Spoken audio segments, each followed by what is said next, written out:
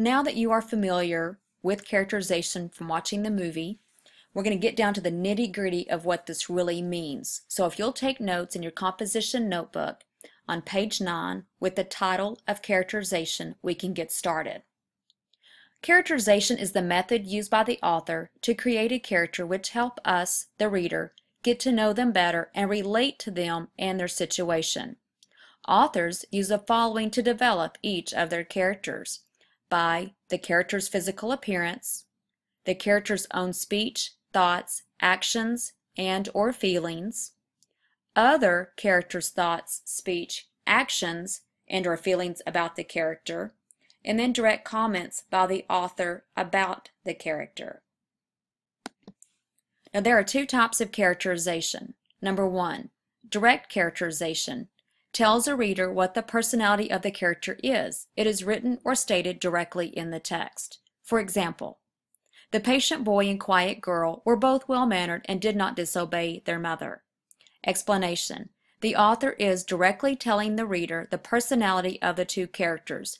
The boy is patient and the girl is quiet. Notice how it is written exactly in the text. We don't have to do any kind of inferring. Number two, indirect characterization is when the author shows the things that reveal the personality of the character. We know this as show, don't tell in writing. As readers, we will have to infer what the character's personality is through their words, thoughts, feelings, actions, and choices. For example, the little girl left the game with slumped shoulders and a frown on her face. What this means that we have to infer that the little girl is not enjoying herself and is upset. And how we know that is the slumped shoulders that we see right here and a frown on her face helps us to understand that she is not having a good time.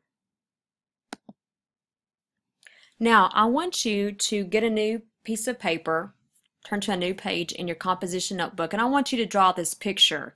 And this is dealing with the indirect and direct characterization.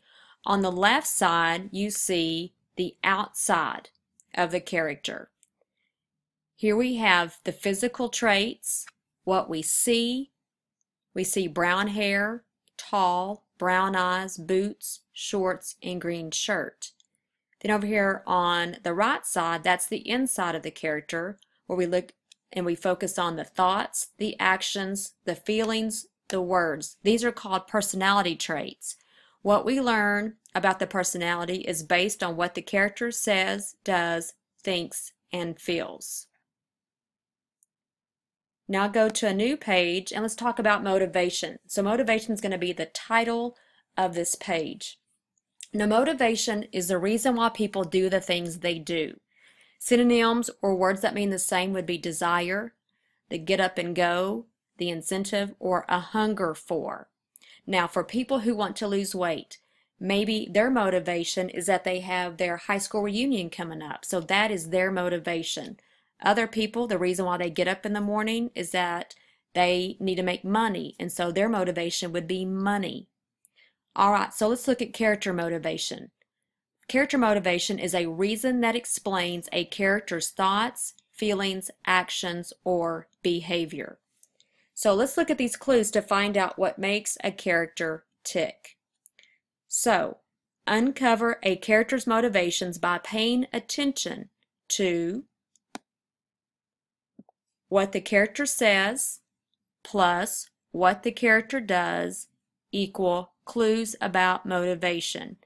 Then think about the outcome of the character's actions. I do want you to draw this chart to help you understand characters' motivations.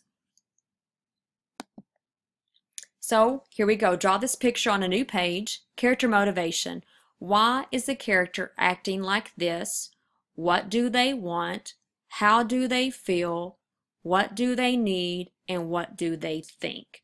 So let's just think about Mr. Peabody's apples and let's be able to apply character traits and motivation to the text that we've read. So after you have finished your characterization and motivation notes, you will need to answer the questions on the Google form. Don't forget to mark as done when you finish all of the lesson, which means the notes and the Google form.